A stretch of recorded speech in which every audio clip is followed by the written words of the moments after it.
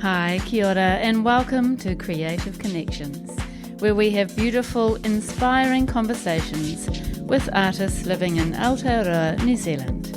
I'm your host, Mandy Jakic.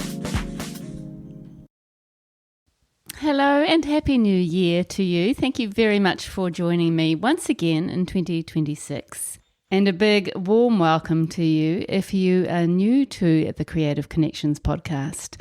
I hope you enjoy it as much as I enjoy talking to these amazing artists. This is the first episode of season 11 and the first for 2026.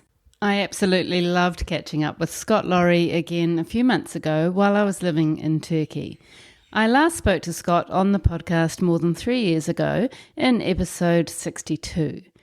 Scott is a well-known, much-loved gallerist and writer in New Zealand and internationally.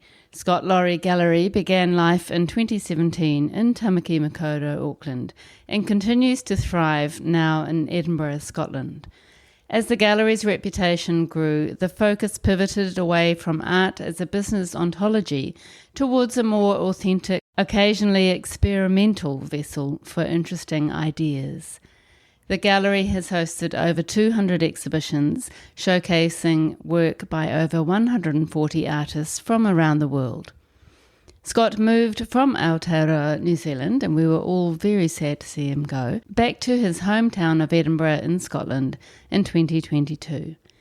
In this episode, we discuss everything from giving up alcohol 4 years ago, for taking a weight loss drug and how that has affected him, his view of the art world in Aotearoa and in Scotland, to capitalism and how it flattens culture, art for the working class, cultural vandalism, theories of collapse, the purpose of art fairs, funding in the arts, and his love of critique. If you haven't listened already to our first chat on the podcast, I recommend that you go back to listen to episode 62 before you settle into this one. Ngā mihi nui, thank you very much to the lovely Scott Lawrie for his encouragement and support of the podcast and for joining me again to update us on his life and views.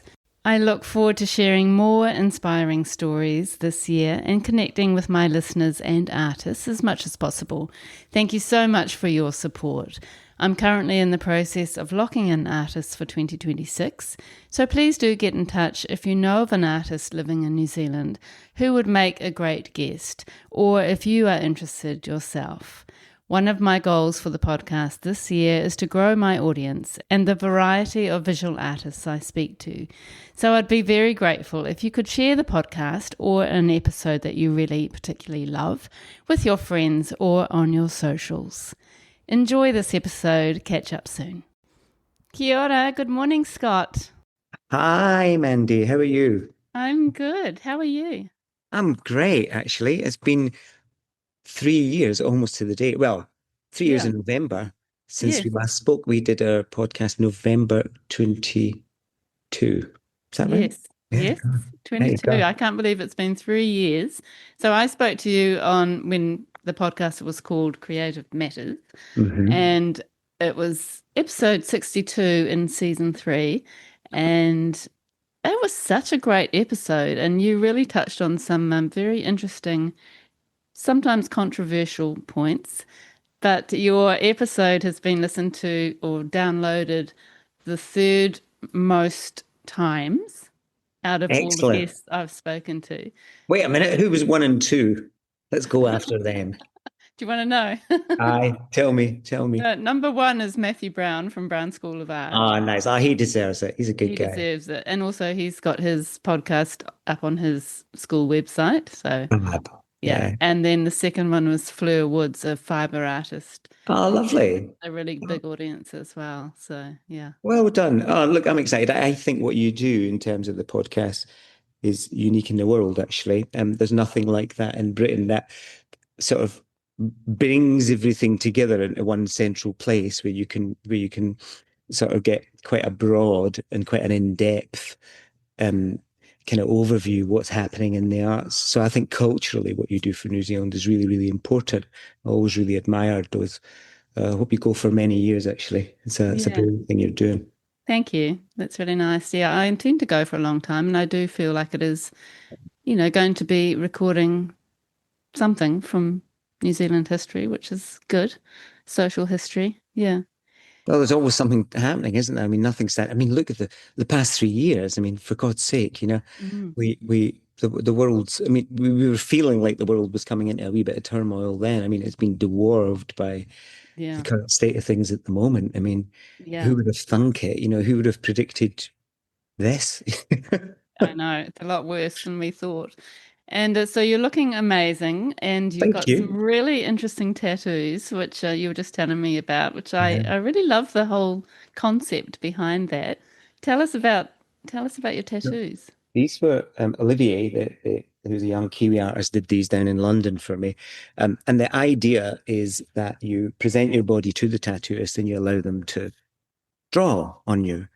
And he was kind of really keen to do this, half nervous, half keen. And he did a beautiful job on them. You basically just go in and they draw on your skin for a day and a Mm. half. So I Wow. don't know what I'm going to get as a result of it. And is And that something that you worked out with him, or is that something he does? no, it's something we worked out together. I said, let's do a project. If we're going to do a tattoo, let's do a project together on it and wrap a sort of bit of an idea around it that I can then write about. Because I'm quite interested in tattooing, on how tattooing has never been brought into mainstream art in Western, you know, in Western cultures. It's been, it's what drunken sailors get, right? Mm. Whereas one of the lovely things about working in New Zealand and working with artists from around that greater sort of Moana Pacific region was um, what tattoos are absolutely in the realms of art. That doesn't happen here. In Britain, tattoos are seen as sort of marginalized. I'm very, very interested in this breakdown of why some art is deemed fine art and some art isn't. It, Mm. it fascinates me, that question, and it's what is that based on? Who decides? Mm. So I was very interested in this idea of working with some tattooists who are who do art anyway. Olivier Yeah. paints and draws, so it's almost like, oh well, that's the legitimacy of his practice, and then he does this thing on the side. Whereas for me, there's no boundaries attached to that, and I was trying to break that down and just saying, well, just draw on my skin. I'm the canvas for you. So it's been lovely, and it's ongoing. I get little tattoos when I'm overseas, and I do the same thing. I'll pop into a little tattoo parlor and say, look, there's a patch on my thigh, and could you do a little drawing on it? And they go, well, what do you want? And you go, well, no, I want you to draw on it. And they go, well, what do you mean? And you go, well, you choose for me. Oh, well, what do you want me to do? And no, you do it, and they're quite sort of shocked by that. They want to sometimes go away and think about it. And I go, no, no, no, just sketch a symbol. So it's been a lovely project, actually. So it gets documented and I'll write about it. And hopefully next year, Olivia and I and a couple of other tattooists will do a sort of thing where we'll be tattooing in the gallery live, which is quite exciting. Yeah. But I'm interested in this notion of breaking down what galleries are and undermining the idea of what a gallery is to give it more sort of social and cultural relevance. I'm Mm. fascinated by this idea of the things that are outside of galleries, bringing them into galleries. And I'll talk to you a bit more about that later because there's some quite exciting philosophical questions I'm asking around that too. Yeah. Oh, that's brilliant. I love that idea. That's so unique. And I feel like it could make a really good documentary, as Mm, well. Maybe you mm. need to move into film as well with your writing. Well, I might be taking a leaf out of your book because I've been thinking about, revenue has bombed. Revenue has bombed in the gallery. I mean, it's been really tough this year. It's the worst year I've ever had. And what compounds that is the was VoiceBox, the writing agency. I've had that for, a version of that for 25 years. And we had an 83% drop in revenue this year from January alone because of AI and ChatGPT. So people aren't doing writing the way they used to. And the income from VoiceBox supports the gallery. So I thought I need to do other things. And one of the things I enjoy doing, as you know, is chatting, is talking. Yeah. So I thought, I'm going to take a leaf out of your book and see if I can do podcasts, if nothing else, just to keep my mind busy. Because when worrying about money and worrying about opening, and getting to the end of the month is not a good place to be. It's not good for your mental health. And Mm. so as long as I keep busy, I'll I'm gonna, yeah. Yeah. I'm going And to what are you explore. thinking for your podcast? I want to make it. I think I want to. I was going to call it culture fuck, and then but there's problems with that. I want to look at what's happened to culture. I want to see why the problems in culture are there and what's happening there, with a bit of a skew towards working class communities and what working class means now. Because I'm not sure. I'm really interested in that as an area. What is it to be working class, and what is your relationship with art when you're working class? That's a big inquiry for me at the moment Mm, because you don't see any art. Nobody in working class house. 51% of the UK are working class. I yeah, think it's about a third to a quarter, depending on the government stats you use, who would self-identify as working class in New Zealand. really. But it's moved on from sort of blue collar, sort of, poor people because, I went to uni. My mum was a cleaner and my dad was a carpet fitter. And I went to uni. I've had quite a nice life, Would you say I was working class? I guess socioeconomically, I own my flat. So you'd go, well, he's definitely not working class. But culturally, I Mm. would say absolutely working That's class. where you've come from. It's your And the roots. perspectives that it gives you in life are Mm. amazing. It's a superpower. It's not Yeah, not an exactly. It is embarrassment. a gift in a way. So, Mm. and in the last episode, when we last met 3 years ago, for people who haven't listened, we had a great chat about your life story and then how you owned the gallery, the Vivian, and then also Lawrie Gallery, and all your ideas around, supporting young and emerging artists and how to approach a gallery and what you think of dealer galleries and what you think of the New Zealand art world and all of that kind of thing. And it was a really interesting episode, I think.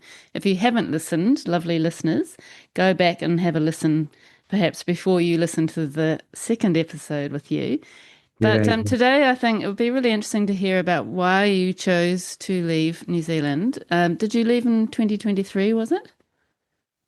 2020. Yeah, it was. It was August 23. Yeah. Yeah, because it's So, been two yeah, it'd be years. good to Yeah. know why you left. And then, sort of, I know you started a new gallery in Edinburgh. So, Mm. just a little bit of that journey. And then I'm sure you've got lots of other things you'd like to talk about. Oh, heaps of things. You know me, never shut up. It'll be a 4-hour podcast. Loads of things happened in New Zealand actually, when I lived there at that time, and they happened quite quickly.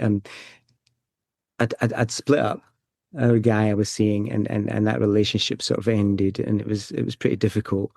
And then Skippy died, and then Oh, my old man died during COVID actually, and I couldn't get back in time, and that was really hard because he was in the hospice and he was dying, and we just couldn't get back. And my sister, who lived in France, lived in Paris at the time, Pam, she couldn't get back either, and that trauma was really difficult. I'm so sorry. It That was would a be so awful. I can't imagine it. it was a sort of a weird sort of pressure cooker thing. You're looking from the outside, and I mean everybody's got a COVID story. I mean the tragedies in COVID.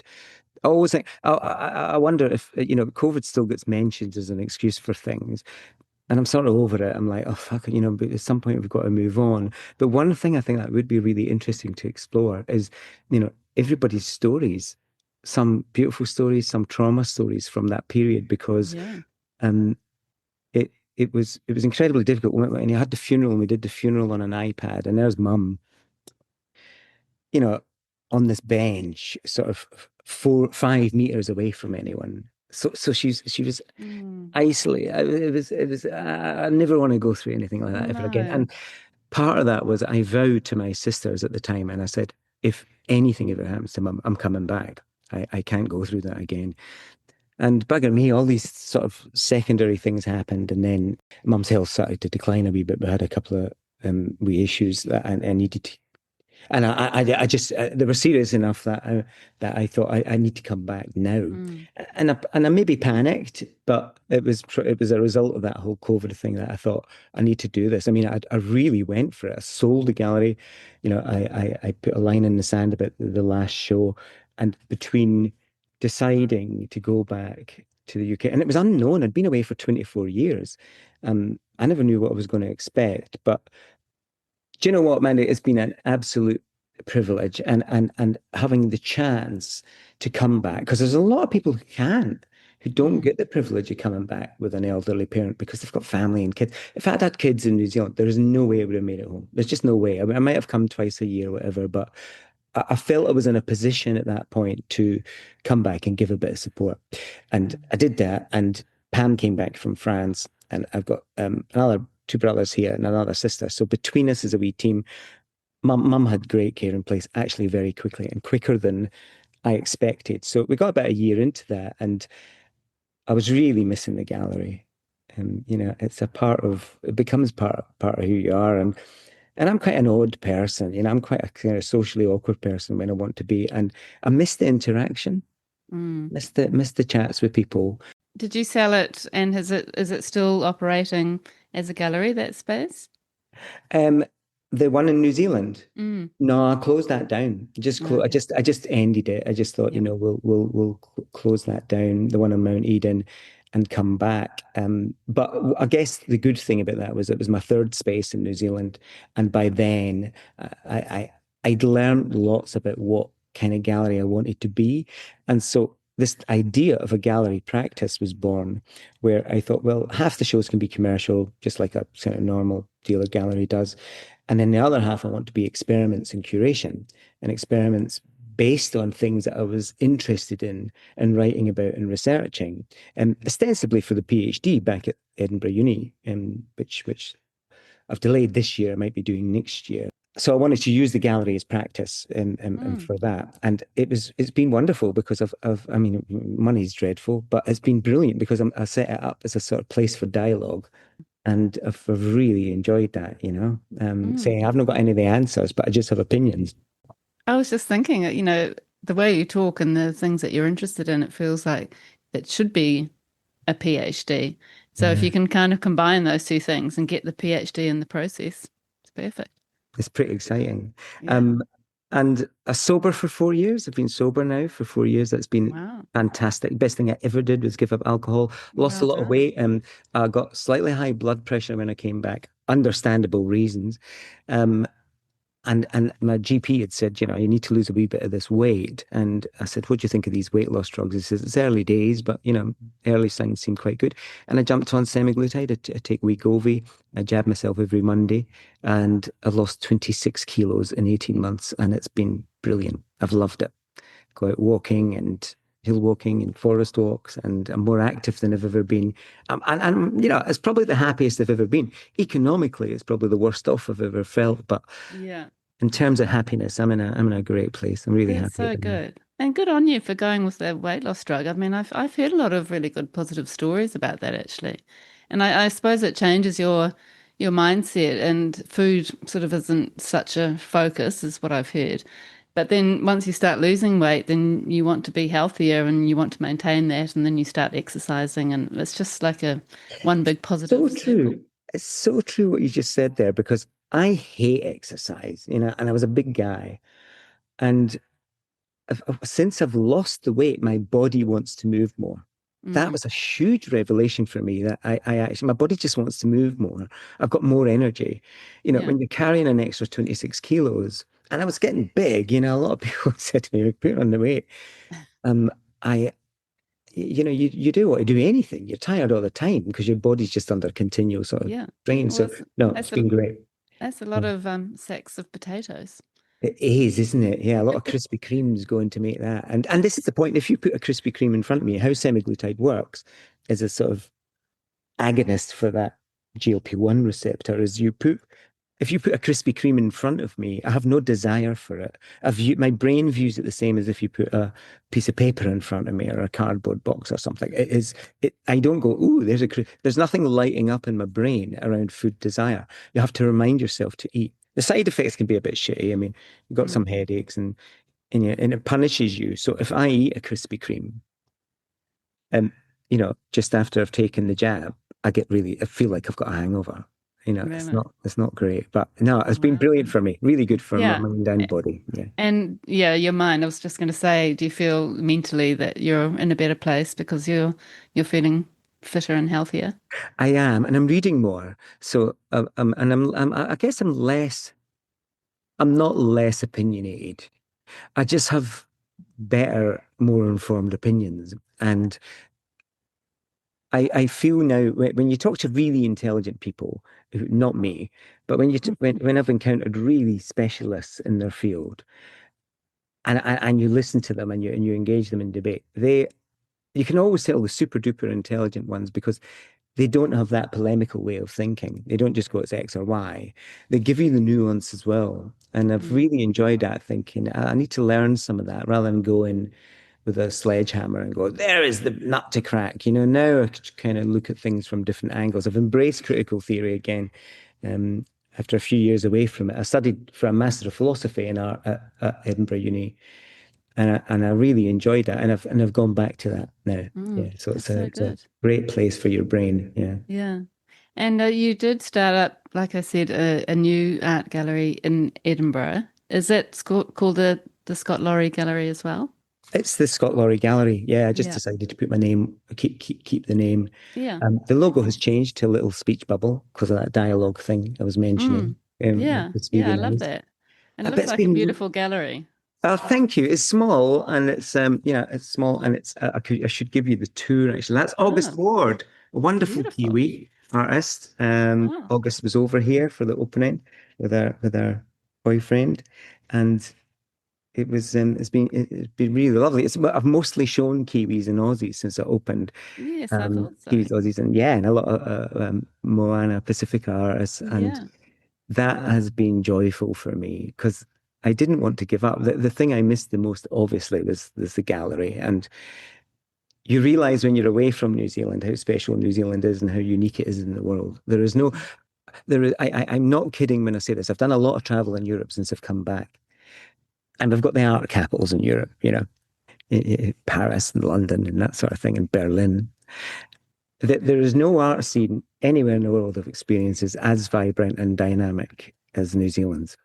Really. For its size, it punches well above its weight in global terms. I mean, it is the dynamism in that culture for art is absolutely brilliant. And it's Mm. coming from all sorts of angles now. It's kind of, you got some terrific young Maori artists coming through. You've got all these new young Pacifica artists coming through. You got your established players in the market in New Zealand. It's good. I've missed that because I opened here and I put full page ads in the art magazines. Scott Lawrie Gallery opening, blah, blah, blah.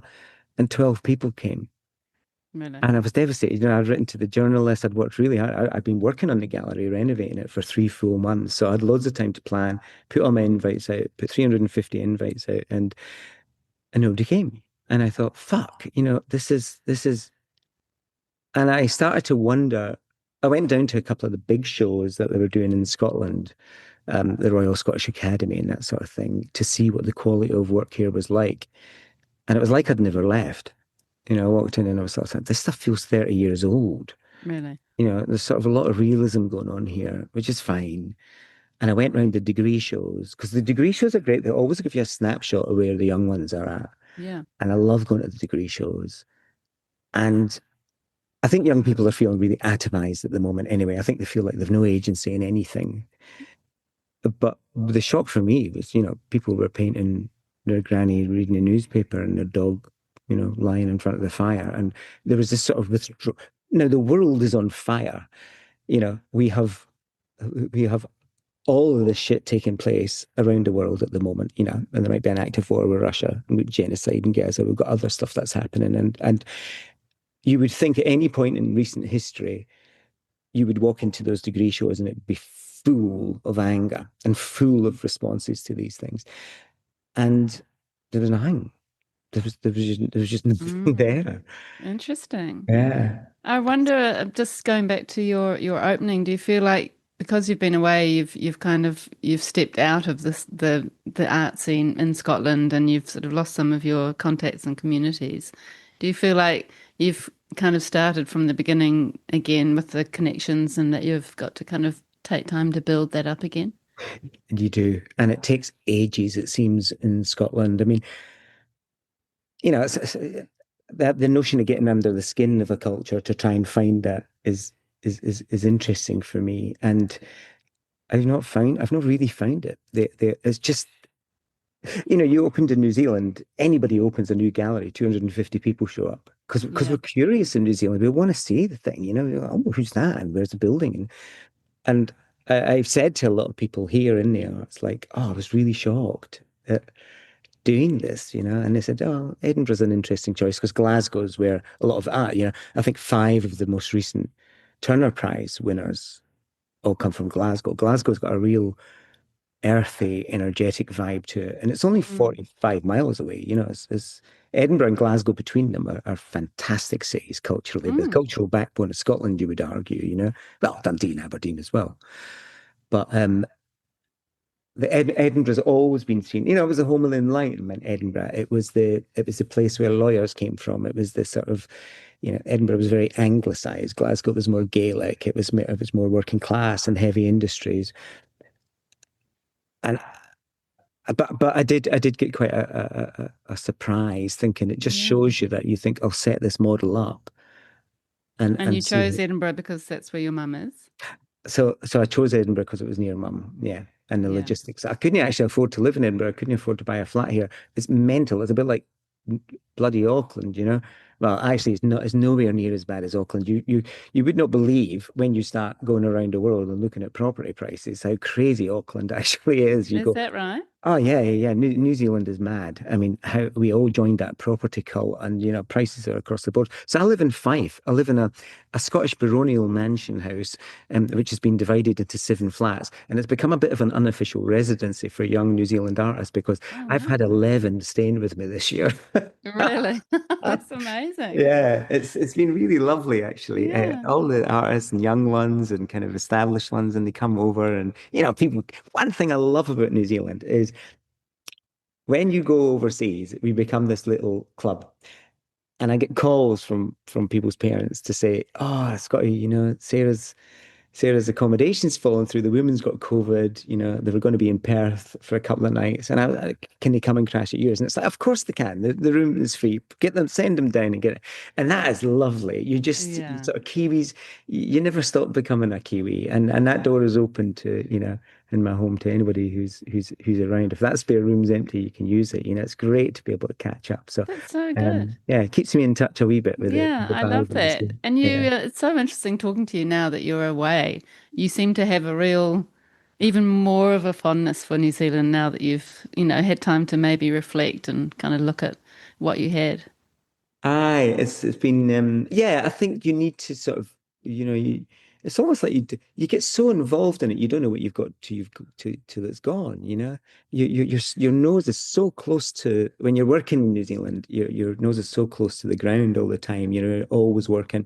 You never really get a chance to sit back and appreciate it. But gosh, I tell you now, I mean, I will probably never find a client base like I had there ever again in my life. I mean, the loyalty and the devotion of those collectors was gobsmacking to me. You know, there's just not, I've never seen it replicated anywhere else. I tell the stories of the openings we had and the collectors we had here, and nobody believes me. They think I'm bullshitting. Nah, Really? bullshit. And I go, no, no, no. 300 people turned up, for Fiona Paddington's show. Yeah. Which is incredible, isn't it? It's Oh, interesting. I wonder why that is. there's a diversity in it as well. I think I Yeah. think you've got this thing. A lot of people misunderstand me when I talk about what decolonization means, because my version of decolonization is not, an apartheid system that comes in. It's acknowledging that the culture has changed. It's an acknowledgement that what you are forming as a third culture, a New Zealand of the future, and you're at that moment of change and tension between that. But the artwork that is coming out of that tension is incredibly good. It is, Mm. it is, I've never known a culture that vibrant in my life. And it's just under this loose banner of Aotearoa. It's like there's you've got these kind of clashing sort of perspectives on art and the role of art and the function of art. And the function of art is something I'm very, very interested in. I've, Mm. I've absolutely, I mean, I never worked with many Maori artists in New Zealand, because I felt I didn't know enough about the culture in order to embrace it. I thought actually that's probably not my role, but I did just gravitate towards this bunch of artists who were in South Auckland, of Dara, and I I sort of fell in with that with a group of artists that I still love dearly, and I show their work all the time. Sefton Rani's got a show. He's next in the gallery in a couple of Oh, weeks. We'll be really? hanging his work, and that has been really beautiful. Yeah. But I learned, and I'm still learning. I mean, I so much from working with those artists, and the concepts, Maori concepts and Pacific concepts like whakapapa are fascinating because where you start as an artist when you have that as part of your culture is there is an inbuilt acknowledgement to us standing here at this moment in time that is a gift from ancestry. It's a gift from our DNA to getting us to Mm. this moment in time. That's really beautiful because when you come back to Europe, it's all about here I am trying to make sense of the artist, or here I am trying to make sense of the world I live in this moment in time. But we've lost a lot of that. I don't know, cultural references, I guess you would call them. Maybe part of the problem in art at the moment is what is its function in the 21st century beyond a business ontology, beyond selling shit. Um, and we just allowed it. We went down that path of allowing art to become a business ontology. It's now just become a market, and we have lost in the West the ability to say, well, what is it actually for? What is it acknowledging? What richness is it giving our lives? Why do 51% of the population of the UK who are deemed working class, why do they not have art on their walls? Mm. Why is that? Mm. And people say, well, they can't afford it. And I go, well, that's fucking problematic, isn't it? Yeah, exactly. And there Yeah. is art that is more affordable. Uh, It's more about priorities and education, possibly. I don't know. Yeah. well, I don't know if it is. I don't even know if it is. I think it's relevance. I don't think art is relevant to most people. And I know that caused people in the art world to have a bit of a reaction to that when I said that 3 years ago. But I still think that's a valid proposition. How is art relevant to most people? It's not. We've not made it relevant. We made it relevant to money and acquisitions but we never made it relevant in the day-to-day lives of people. Nobody argues about art in the way they do Taylor Swift's new album. I thought it was shit. Nobody goes to the pub and goes, "What do you think of Kiefer's show?" Oh, Yeah, right, true. he's getting a bit like Coldplay, isn't he? And I question why. Why is that? Nobody wants to explore why because the Yeah. answers aren't going to be good for them. In that art probably does need to collapse in order to be rebuilt in a more Mm. equitable way. I wonder if that's the sort of top end art that maybe some people feel is not as accessible, and if that actually applies to the other people, like some of the people I speak to on the podcast who have really strong artistic communities, and there's a lot of art discussion and sort of exposure to art and those kind of groups. So people who just feel like they're creative arty types. Mm, So mm. maybe it's a sort of part of that hierarchy. I talk about two things, two concepts, and one is the art world, and the art world is just what you've described. There are lots of art worlds, yeah, and that is artists just doing their thing, and I have huge admiration for that. Yeah. They just do their thing. They get in the studio every day and they work their asses off, and they do it anyway. They do it through COVID. They do it through personal things in their lives. They just that's where they are. They are artists baked into their existence. That's the art world. The art world is broad. It's made up of anybody who wants to be in it, and everybody's welcome. And then you have the art industry, and the art industry is your galleries, your institutions, your art schools, anything institute, your academies. Anything where the money part becomes the driver. That has been a bad thing for the art world. I would hypothesize because it's it's suffocated it now to such a degree, and capitalism doing its normal thing means it stifles culture. And what I mean by that is it's capitalism kills ideas as well. It doesn't allow you to flourish. Mark Fisher talks a lot about our inability to see the future And if you talk to young people about what does your future look like? What does the next 10, 20 years look like? They can't answer it. We all go, well, I don't know what the future holds because we can't envisage the future. Our whole life's now predicate the notion that you know, you need money to do shit. And I was arguing with somebody the other day about this, and they said, yeah, but creativity doesn't stop. And I said, of course it stops. I didn't believe this thing that we should all go into art of Povera. It's like, oh, well, we've not got any money, therefore we should just make art from stones and sticks. Actually, that might be really interesting thinking about it. But, money will restrict your ability as an artist to do stuff. Full stop. If you've got access to money, it's not a problem. If you've no money, it's not. So there is a fundamental question of unfairness to this. And it always ladders back to capitalism. I'm quite against ideologies, when they're cut and pasted into people's arguments. And I have to say, anti-capitalism or exposing capitalism for what it does, it gets put into that basket quite a lot. Oh well, Scott, you're just adopting another ideology. But I have to say, from everything I've read, it all ladders back to that. It all ladders back to a socioeconomic system. Well, it started off as a socioeconomic system that we cannot see the edges of to grasp in order to change it structurally. And the other thing is because the equilibrium in terms of wealth inequality is now so huge that the thing will probably have to collapse anyway. There's no way of fixing capitalism because the people with money are not going to give up anything. And yet the people who don't have any money have got poorer and they have fewer opportunities now. Yeah. There are food banks across Britain, food banks so people can eat. I'll not go on too much about it, but I guess the point I'm making is even when anything I read and explore eventually starts to ladder back to this notion of capitalism. And as I say, I'm not really interested in it as a political or a socioeconomic system. I'm interested in how it flattens culture.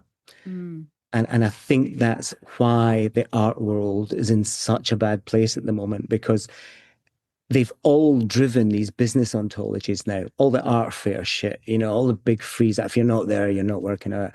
We've realized that has actually been incredibly detrimental. Art schools targeting overseas students because they get 5 times the fees for it. That's been a nightmare.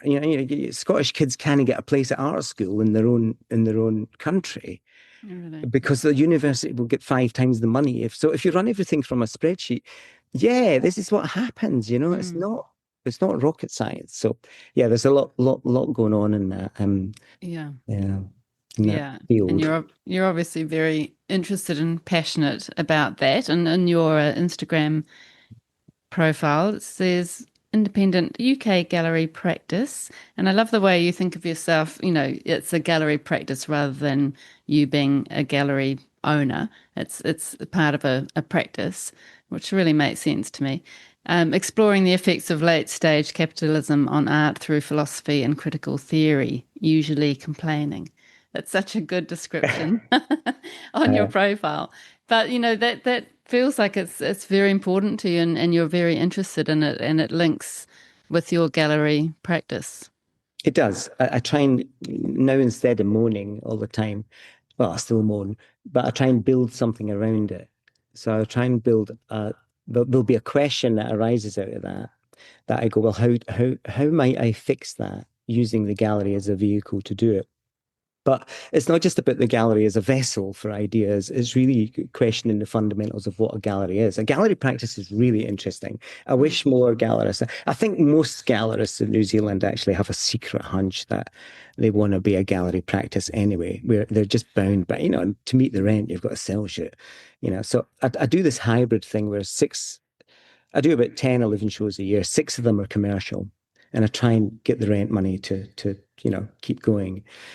And the other 5 are sort of 5 or 6 are experimental practice shows where they're more about provocations or opening up a conversation in the gallery and making people really question things. So the role of a gallery fascinates me in terms of when something comes over the threshold, it transfigures.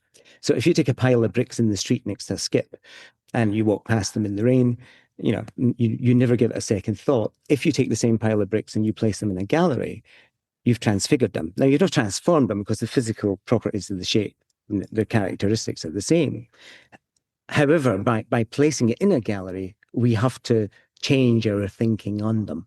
It suggests that there is something to learn or something to understand about this movement, this shift.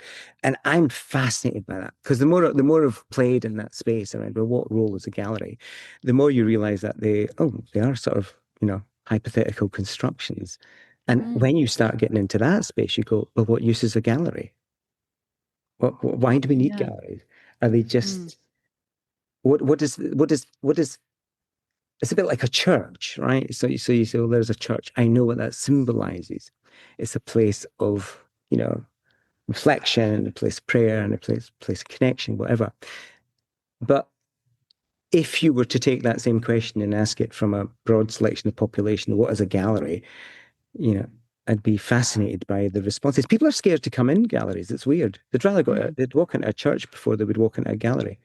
And there's loads of reasons for that, philosophical reasons, which I'll not go into. But Arthur Danto, the great sort of American art philosopher, he said, when it got to Andy Warhol, art became self-referential, because it needed explained.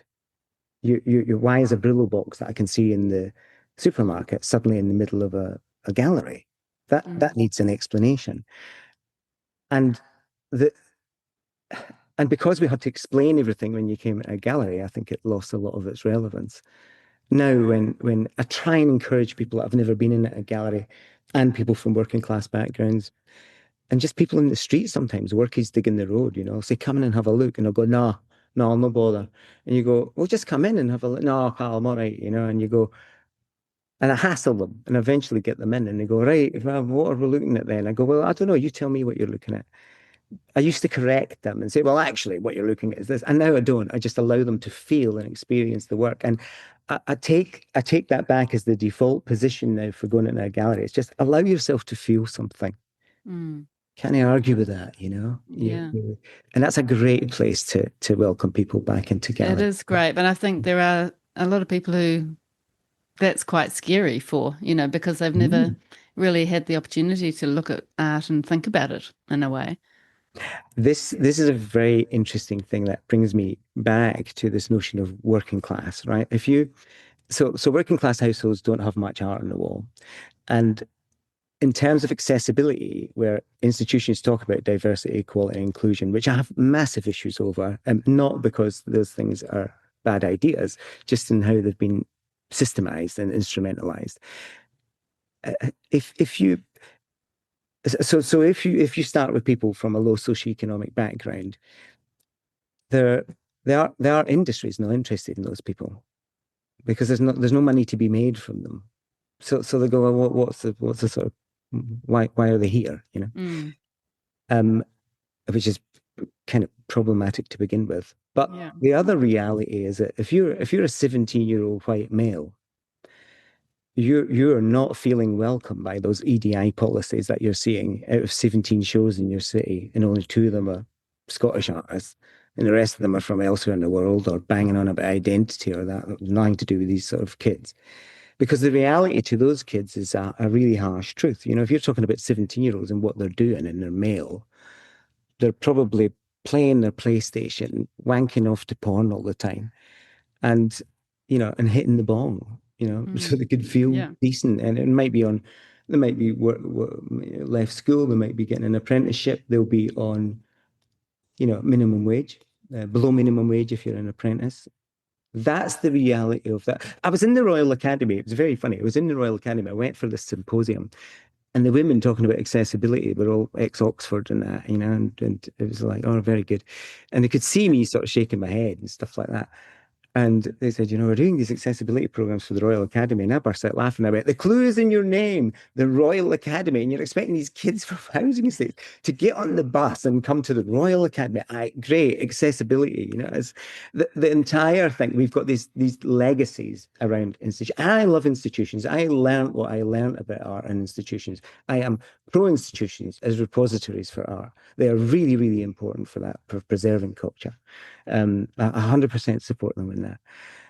But I don't think the role that the thing they're trying to do now has too much legacy attached to it in order for them. It's holding them back.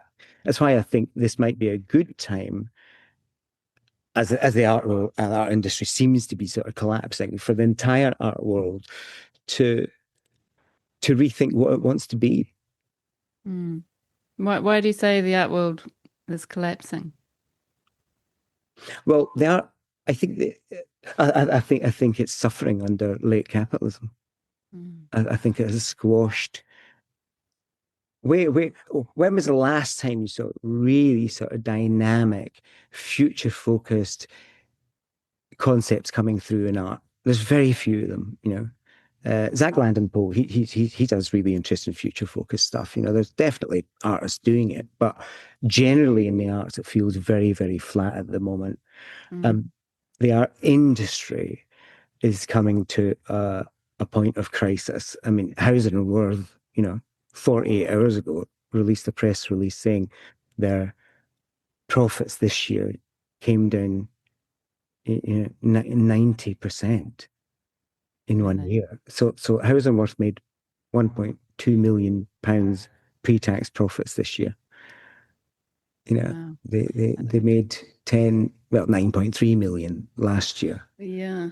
I mean, because New Zealand artists or galleries are probably suffering a bit in New Zealand, but do you feel like that's a worldwide problem, including a Scotland problem?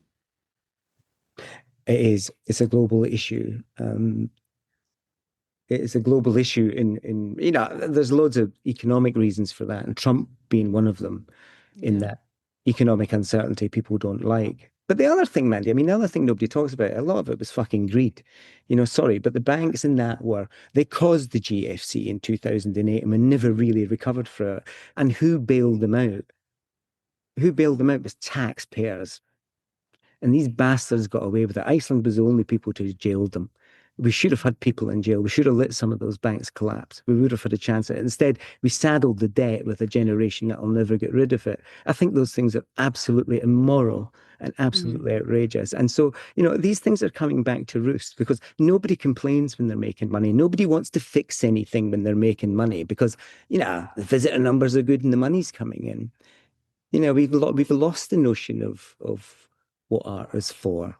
And we need to rediscover that. I'm quite interested in the fact that religion's coming back, even into places like science, when they're looking for, the origins of consciousness or in quantum theory. Religion's making an appearance back again. They're realizing that what the Buddhists have said for so long, that actually these things are aligning now.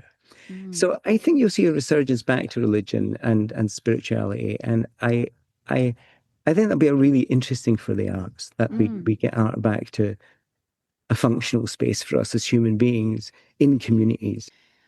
Do you feel like it's going to be sort of re-looked at and repositioned or sort of approached in a different way to make art industries and art in general shine again? Or how is that change actually going to ever happen, do you think? If you think about how I'll step back. I'll step back from that question for a second, because if you think about how the entire arts world ecosystem works, artists have done what they've done forever. As soon as they could get a paintbrush or pigment into their hands, artists have just done that. They are really, really important people to societies, to human existence. Artists are incredibly important. And yet, and we pretend they're important now, but we don't really think they're important. The arts, it gets, look at the thing that's happening in New Zealand with art history and all that bullshit. Yeah, I was going to say that. Cultural vandalism. Yeah. So art is really important. Artists will do what they do anyway. They will just keep making and keep creating it.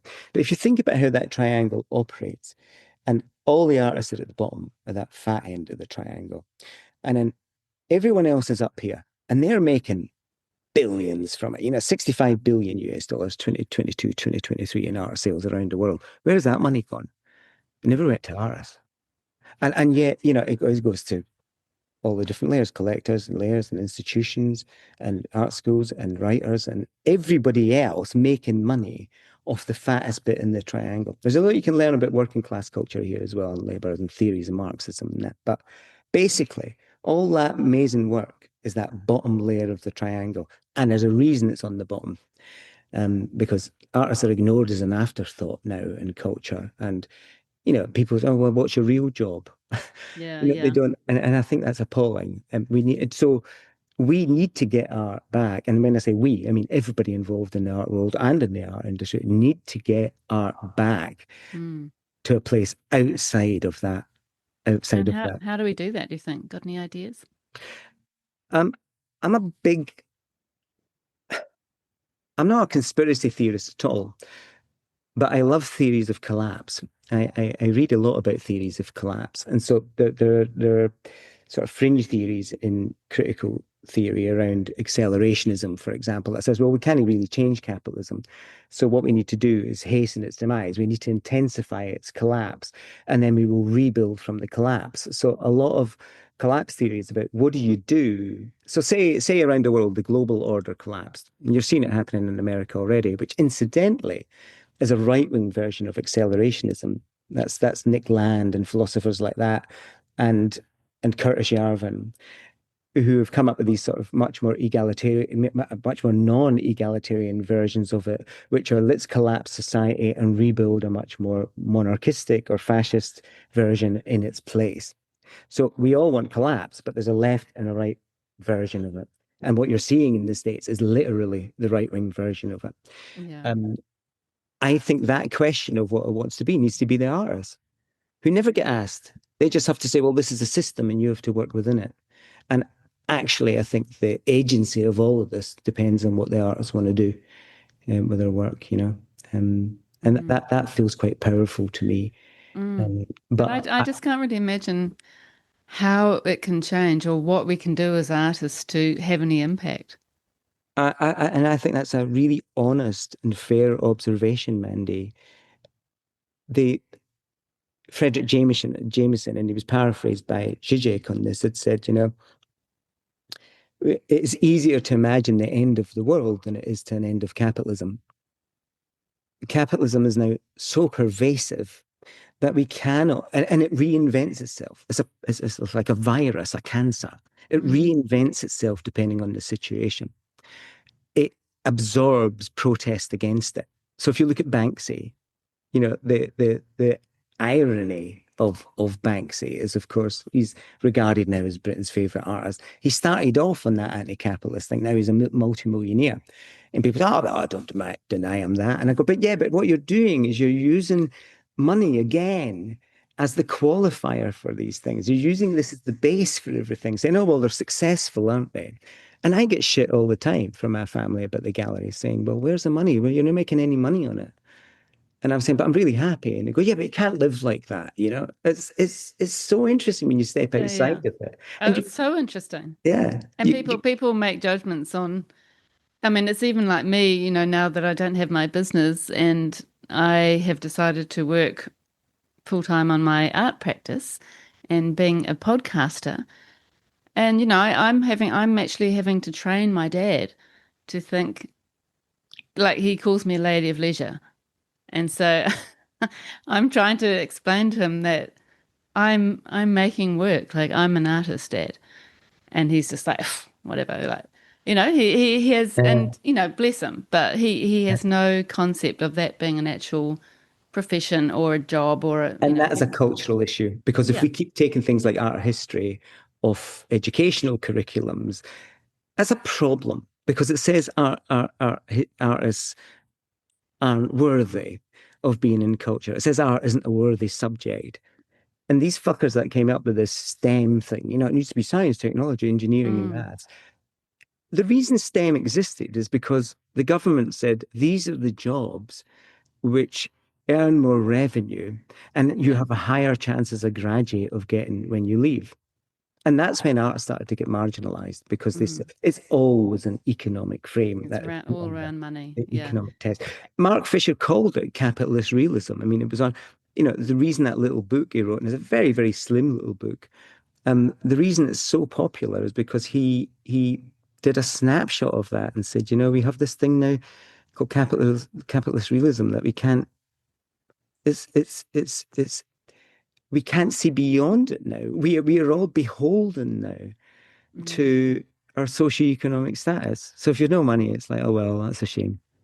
You might be able to go in the door or whatever, but there's no wonder people get depressed, and that has huge effects on your mental health, Yeah. which they then inflict back to you in a way that perpetuates the sort of the capitalist system, because then medicine and big pharma get involved and they go, aye, this is your problem, Andy. It's a problem in your brain. So take these pills and take them for the next 3 years. And Mark Fisher sort of questioned that and he said, well, and he had terrible depression. I mean, Mark committed suicide.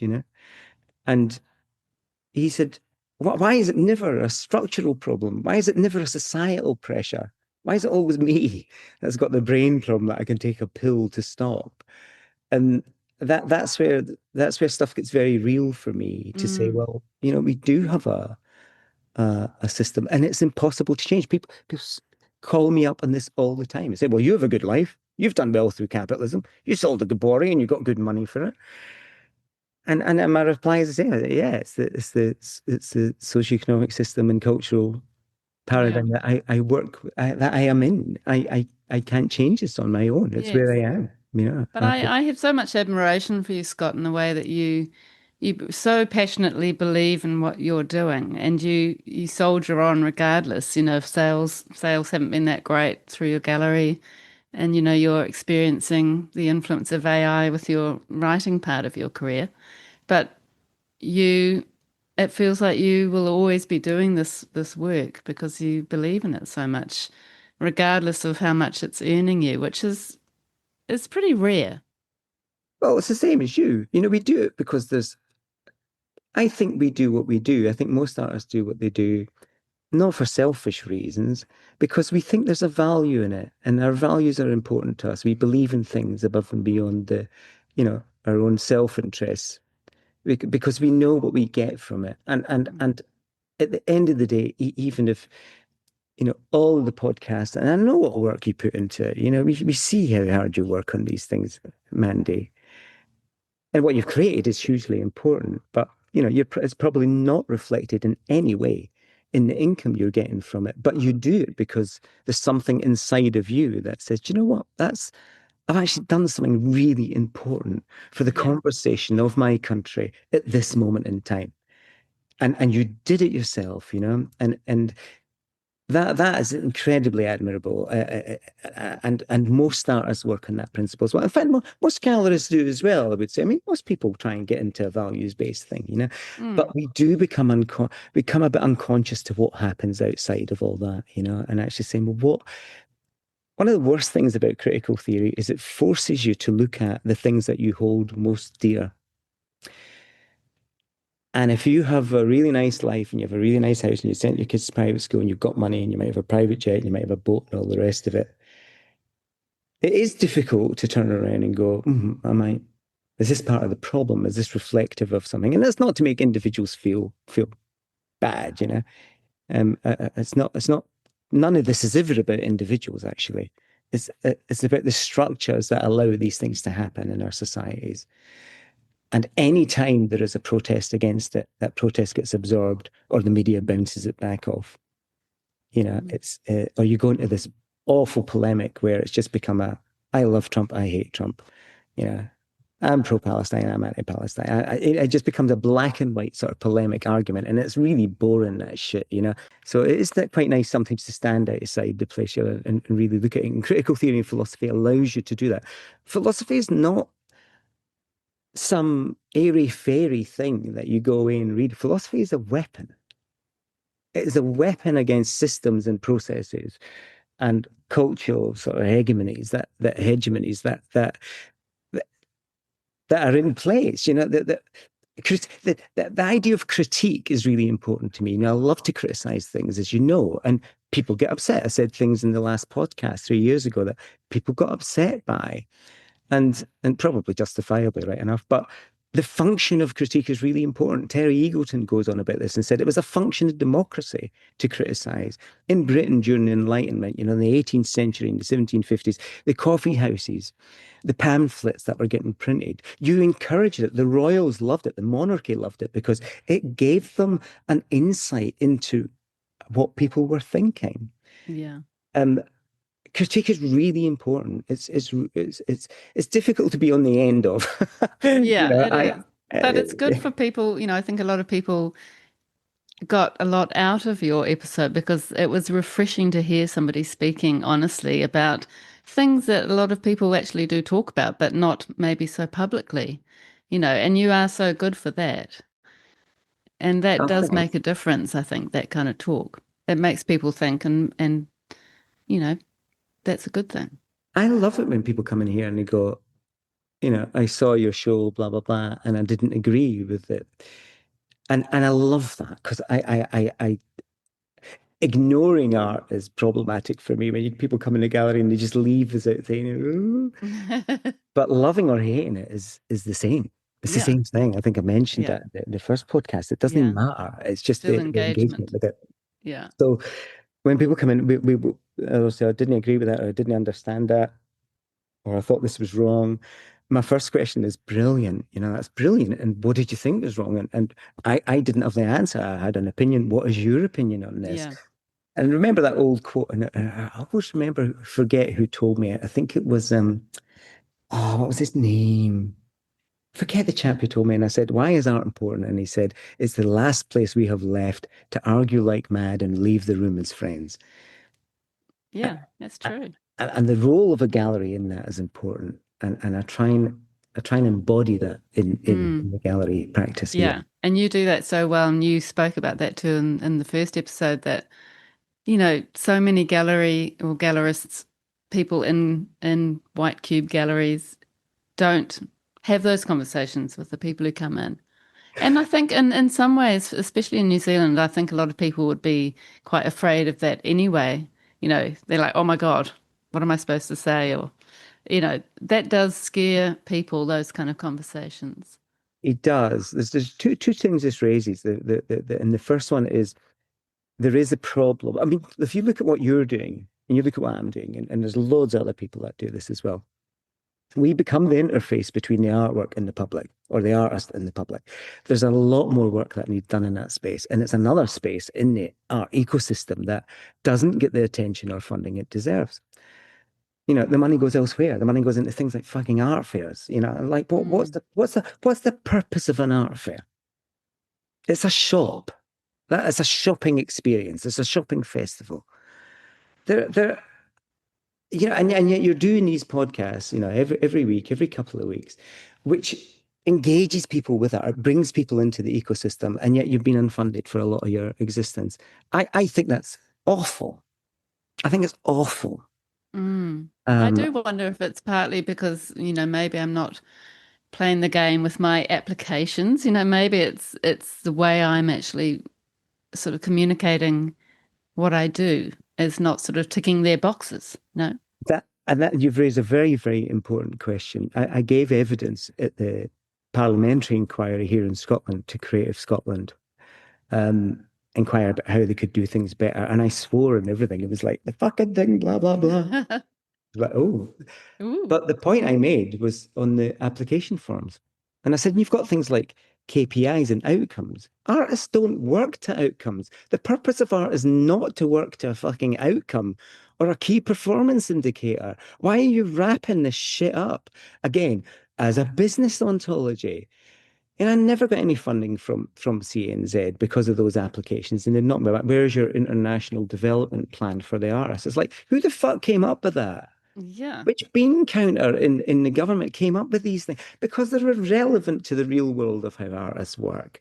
And yet we're lumbered with the shit on our applications and we don't get the money because they can't see, Mandy, that the value that you do every week to the arts in Aotearoa they somehow don't think that's as important as filling in a form with your outcomes for your taking a group of artists from New Zealand to Australia for their first art fair.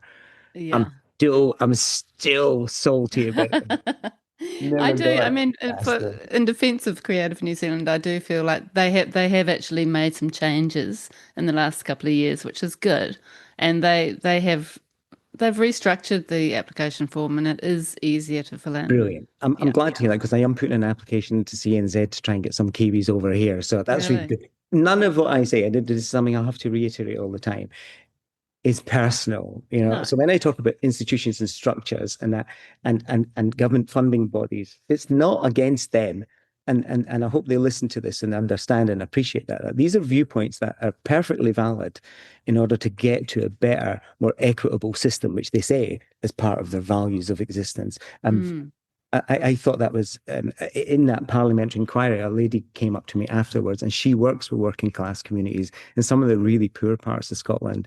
And she says, "Thank you so much for saying that." She says, "Because I there is a literacy issue we have with these groups," she says, "and they can't understand the forms, and they're failing their funding on the Mm. fact that they're not using the language that's appropriate to the system." And I said, Mm. "But that tells me there's no a language problem; it's a system problem. Yeah. Yeah, It's a process absolutely. problem." Yeah. So Oh, it's nice I that it's nice that she came up to you and, let you know how she was feeling. That's positive.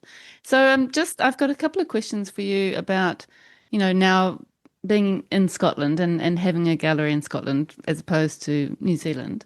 So how are you finding the UK since, you've been away for 24 years and now you're back? First of all, what's your sort of impression of things in that part of the world? It's been really difficult actually moving back here. It's been really beautiful seeing mum and actually rediscovering my family. We get together as a family for the first time in 24 years. I've really enjoyed that. The idea of family has become something real to me. Um, and so on a personal level, it's been really beautiful. Yeah. At, on a cultural or economic level, it's been very, very difficult. I've started off, at a good pedigree. Well, at a decent, I mean, a decent roster of artists, I would say, and a decent pedigree, a decent reputation in New Zealand and maybe Yeah, definitely. Australia. For sure. But none of it translates to the UK. So you come over here and you're sort of like, blah, blah, and I've done this and I've done that. And I used to show Sally Gabori and Patricia Piccinini, and they're like, well, who are they? And you go, oh, okay. And then you mention some New Zealand artists, and they go, oh, yeah, I think I've heard of them. So you're starting, it is like starting again.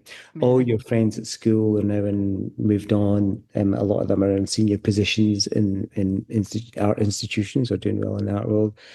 But it's been really hard to find a footing. Mm, It's been difficult, and why should it? I'm a nobody who's turned up and kind of asking the first things, and they're like, well, you've no test cases here. You've not done any shows or anything. So it's yeah. been really It's really tricky. How are you kind of trying to build up your community again and what are you doing to get your name out there?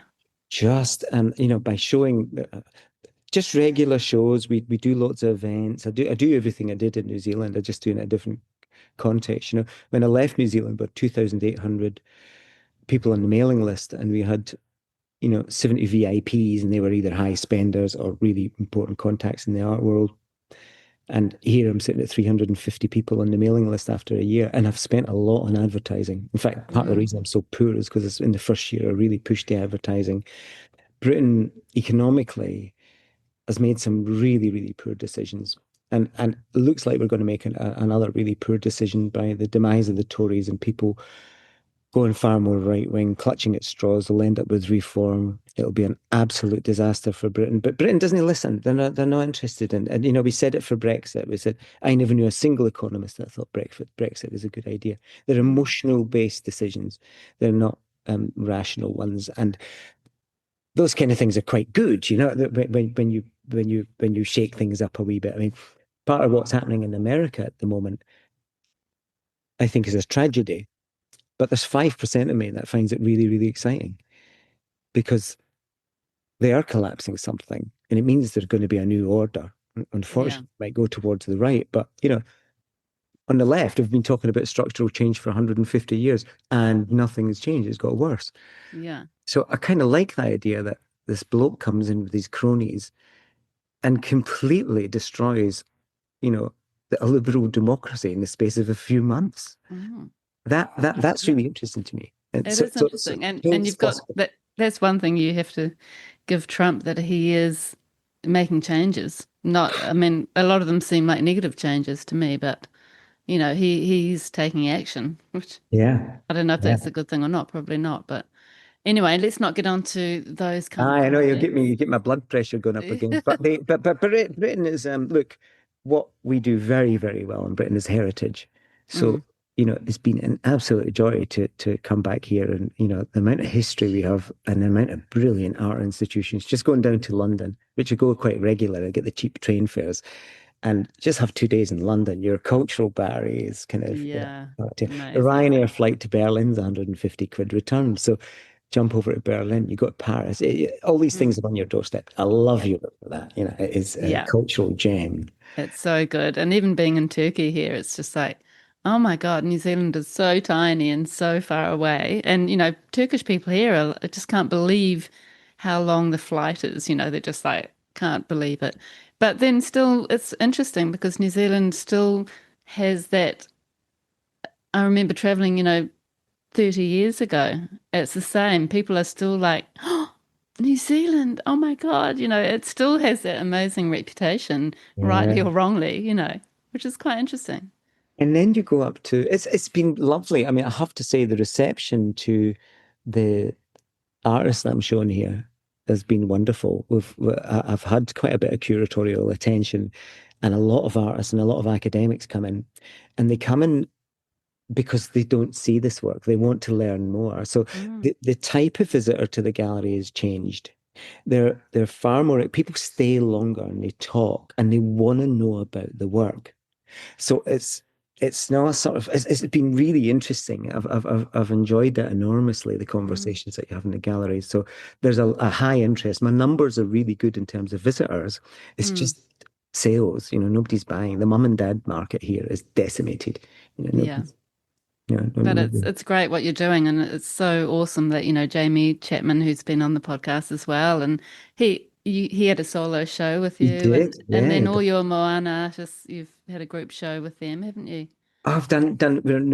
We've just done number four in number one now, which is really a kind of loose sort of title for emerging and senior and established artists.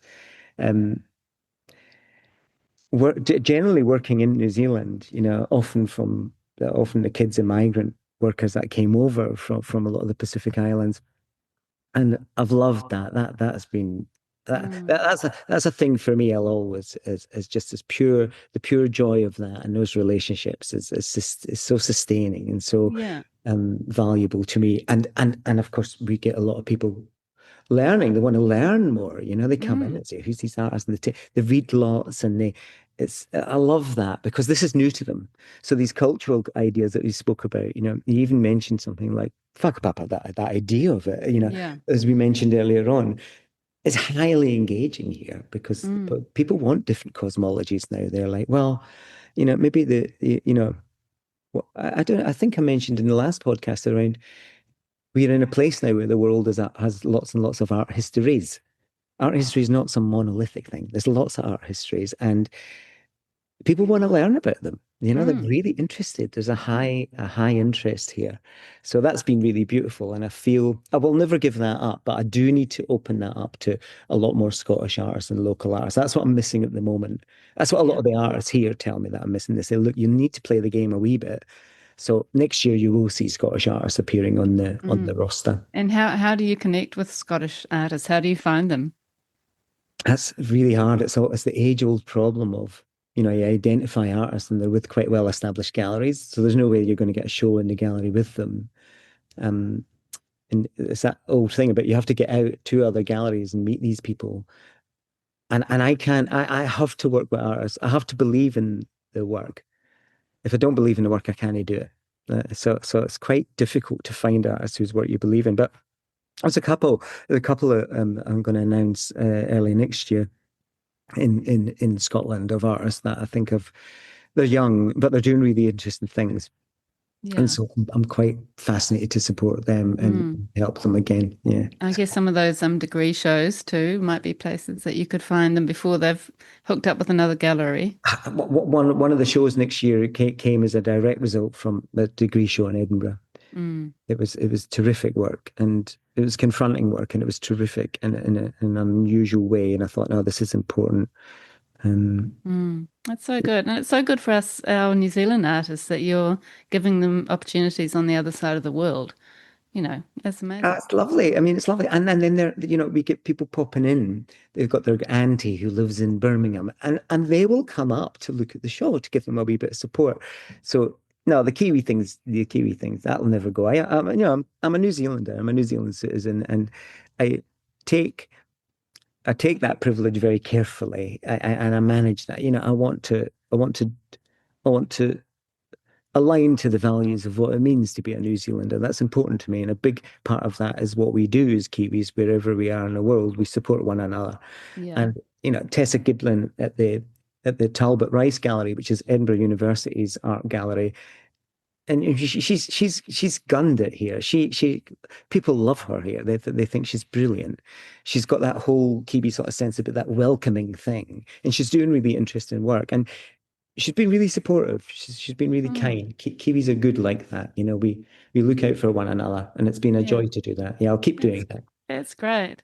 And do you feel like being away, you've sort of got a slightly different perspective on the art world in New Zealand? The art world in New Zealand is the single most dynamic art environment that I've seen anywhere in the world. I didn't realize that at the time, and because you don't know what you've got until you start traveling.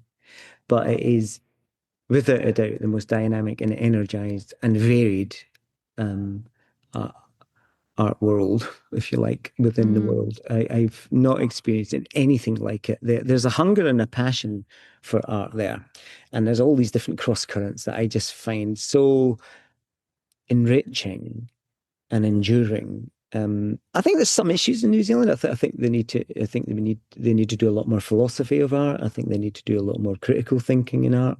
I think they really need to question, well, why am I doing this? And for what purpose? Um, but they're easy. They're easier problems to solve if you've got a dynamic and engaged art world to begin with. Then Mm. you're laughing. And for all its problems and for all its problems and the issues around people buying art and that business ontology we referred to earlier on, the galleries would never survive. No gallery would survive in New Zealand without those collectors, and they are incredibly loyal. And a lot of them do it quietly and behind the scenes, but without their support, there would be no ecosystem. So, the paradox in all of this, the Yeah. contradiction in all of this is that those galleries wouldn't survive without the goodness of those people. And I know collectors, I won't name them, but I know collectors who bought from me to keep the doors open. And that is their contribution to the Yeah. value of the Yeah. arts in Aotearoa. And you've got something really, really special there. I've never seen it anywhere else in the world. Mm. There's nothing Wow. like Scotland. You're smashing it in terms of its vibrancy. So the danger is, how do we keep that going? And that is a question for New Zealanders to go, what do we need to do? It's a really dumb idea to to to take away art history from your curriculum at a time when this is happening, because you're going to face the arts are going to face an existential crisis. And if anybody's going to find a way coming out of it's New Zealand.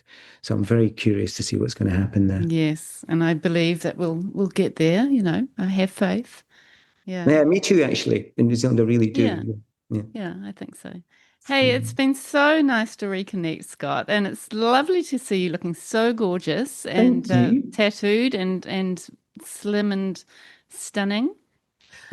Thanks, man. You're looking great too. And imagine being in Turkey. That's pretty Yeah, special. You just it's being. pretty special, and just having that opportunity to focus on my work, on my art for the first time ever is really interesting, super interesting for me and what I'm learning through that. So it's been good. And hopefully, once you've got your podcast up and running, we can maybe have another chat on my podcast and I'd you can love tell that. Tell us about it. I'd love that. Yeah, give me Yeah. another 3 years, and then we'll see what, I might be homeless by then, and sort of, selling sort of little artworks propped against the wall, 50p a pop. Yeah. Um, but we'll No. not absolutely stay in touch. I was thrilled that we reconnected, Mandy, and it's lovely to give my love to everyone in NZ, and big hugs Yes. to everyone. And hopefully I'll get back. If the problem is the airfares are a bit dear, and hopefully if I can settle and get some revenue, I'd love to come back and Yeah. see Well, everyone. you'll have to do some funding applications to bring you back to New Zealand to do some Right. amazing work so we can all catch up with you. And we do miss you in New Zealand. Do you think you'll ever come back to settle? I'd love to. I mean, I'm here for mum, and my duty will remain here until something happens with mum, and then I have to ask some big questions. I mean, funnily enough, I don't qualify for a state pension in Britain because it was away Really? too long. Yeah, but Oh. I just about do in Australia, and I just about do in New Zealand. So I will have to make a decision to Mm. where I want to end up. But yeah, never say never. I mean, gosh, they might not have me back. They might stop me at passport control and go, you've done those No. controversial podcasts. I bugger off. But No, no, I we miss would it. all I love miss to it. have you back. Yeah, we do Ah, miss you, and you are a big presence in our little art world down in NZ. Well, So you are too, Mandy. Keep up the great work. I think what you're doing is absolutely brilliant, and more power to you. And I really hope you get some funding to keep doing these because they are so necessary. And I think you do a terrific service. I really enjoy the podcast. Must have listened to bloody 30, 40 of them now. Because if you put them in the car on Spotify, they will play the next one as well. So just yeah. tell everyone, stick it in your car, stick it on Spotify, and learn something about New Zealand art. And every one of those podcasts, I've learned something. Oh, And good. that is the point, Mandy. Yeah, These things will that's outlive both of us. So it's yeah, wonderful. exactly. It's lovely to hear, and I love the idea that it will be, it could be around for quite some years and go down even to generations. And I Yeah, keep telling my kids when I'm long gone, you can still listen to my voice. beautiful. Lucky Uh, you. yeah. All That's right. Well, fine. great to see you. Thank you Hey, so Mandy, much. great to see you. Thanks ever so All much right. again. And lots of love to everyone. And all the best. And we will catch up soon. Yeah, absolutely. Take care.